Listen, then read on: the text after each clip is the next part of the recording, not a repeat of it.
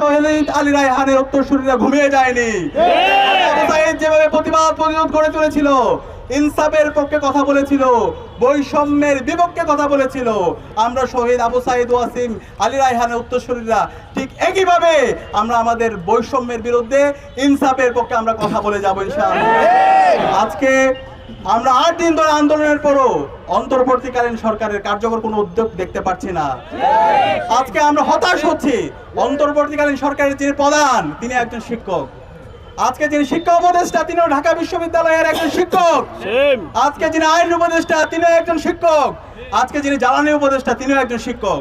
অন্তর্বর্তীকালীন সরকারে আমরা যাদেরকে দেখতে পাই তারা সবাই শিক্ষক। শিক্ষক হয়ে আপনারা আমাদের শিক্ষকদের বঞ্চনা, তাদের ন্যায্য অধিকার কথা অনুভব করতে পারছেন না। আপনারা যদি এটা করতে না পারেন, আপনাদের এখানে থাকার দরকার নাই। ভোগ বিলাস করার জন্য পাঠাই নাই।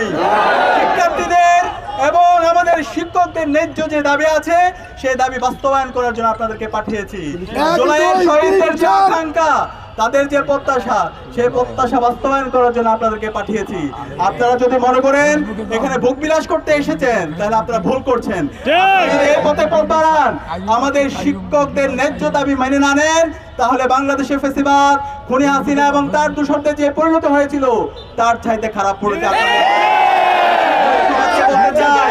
আপনারা হতাশ হবেন না, আপনারা হীনমন্য হবেন না। আপনাদের সাথে সারা দেশের ছাত্র সমাজ আপনাদের সাথে একত্রতা পোষণ করছে। ঢাকা বিশ্ববিদ্যালয় কেন্দ্রীয় ছাত্র সংসদ, রাজশাহী বিশ্ববিদ্যালয় কেন্দ্রীয় ছাত্র সংসদ, চট্টগ্রাম বিশ্ববিদ্যালয় কেন্দ্রীয় ছাত্র সংসদ, জাহাঙ্গীরনগর বিশ্ববিদ্যালয় কেন্দ্রীয় ছাত্র সংসদ সহ নির্বাচিত সকল সংসদ আপনাদের সাথে একত্রতা পোষণ করছে। একতা পোষণ করছে। 20% দেওয়াটা হচ্ছে আপনাদের রাষ্ট্রের দায়িত্ব। সেখানে কেন একজন শিক্ষককে 20%-এর জন্য দিনের পর দিন এই শহীদ মিনারে রোদে পড়তে হবে এবং বৃষ্টিতে ভিজতে হবে? এবং আমরা আমাদের শিক্ষকদের দাবি, ছোট্ট একটা দাবি, তাদের ট্রিটমেন্টের জন্য, চিকিৎসার জন্য তাদের 1500 টাকা ভাতা। আরে ভাই, এই 1500 টাকাটা কি বেশি? টাকার অভাব হয়েছে, হাজার হাজার কোটি টাকা আপনারা লোপাট করছেন, সেটা আপনারা আমাদের শিক্ষকদের উপর জুলুম করবেন না, সেই জুলুম আপনারা বরদাস্ত করবেন না, আগুন নিয়ে খেলবেন না বাংলাদেশের ছাত্র সমাজ। এবং আমরা একই সাথে আমাদের শিক্ষকদের যে দাবি, যারা স্টাফ আছে তাদের উৎসব ভাতা, 75% উৎসব ভাতা, সেটা তো একটা ন্যায্য দাবি।